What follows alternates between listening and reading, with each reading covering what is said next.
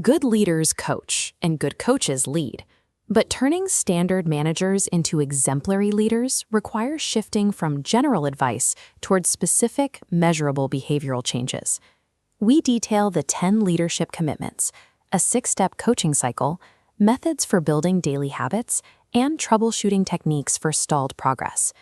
Before you start, you need 3 things in place: a leader who is open to learning, time carved out of their schedule, and your own commitment to lead by example.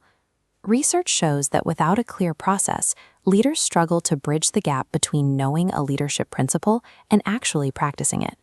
A structured framework provides the link between theory and action, ensuring these behaviors are practiced consistently every day. The behavioral foundation for your client is built on the 5 practices of exemplary leadership. This chart maps those 5 practices: model the way, inspire a shared vision, challenge the process, enable others to act, and encourage the heart, and shows how they break down into 10 actionable commitments your leader must execute. But there is a catch. You cannot effectively teach a value or behavior that you do not personally practice. If you don't model the behavior, your client won't either. If you want your leader to enable others to act, you have to provide them choices rather than dictating solutions. If you want them to respect their team's time, you have to honor your scheduled meetings with them. You have to actively listen. Your daily actions serve as the baseline standard. You are the proof of concept for the development you are asking them to undertake. This diagram illustrates the 6 C's of coaching. Think of this process not as a linear checklist, but as an upward spiral and a repeatable cycle. The first step is to clarify the agreement to ensure your leader is ready. From there, you create a partnership to establish mutual trust. Next, you collect and analyze data using 360-degree assessments to find their baseline. Then you construct a development plan with measurable objectives. During execution, you collaborate and challenge them to push past comfort zones. Finally, complete and celebrate to close the milestone. Once you reach step 6, the process doesn't end. You increase the level of expectation and loop back to step 1 for the next objective. Applying this cycle keeps your sessions focused. It turns aimless conversation into continuous, measurable momentum. A common point of failure in coaching is information overload. Leaders lose sight of their goals because they are preoccupied with their daily responsibilities.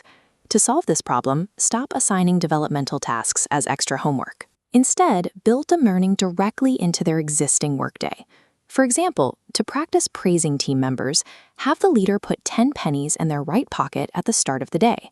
Every time they offer genuine praise to an employee, they move 1 penny from the right pocket to the left pocket. The goal is to transfer all 10 pennies by the end of their shift. Lasting growth isn't a result of the weekly coaching call. It takes root through these micro-interactions, proving that a leader's effectiveness is defined by what they do in the gaps between meetings. This Something's Amiss checklist highlights 4 warning signs of a stalled relationship: canceled meetings, acting distant, making constant excuses, and failing to complete tasks. The root cause is rarely defiance. Usually, you push too hard, or the objective you set is simply too large and overwhelming. The immediate fix is to pause. Break that overarching goal into smaller, manageable actions, and remind the leader that they own this development plan. Resistance is crucial feedback. It tells you to adjust your strategy and scale down the challenge until they find traction again.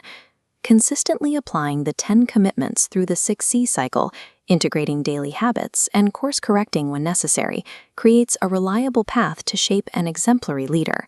But your clients will observe and adopt your behaviors.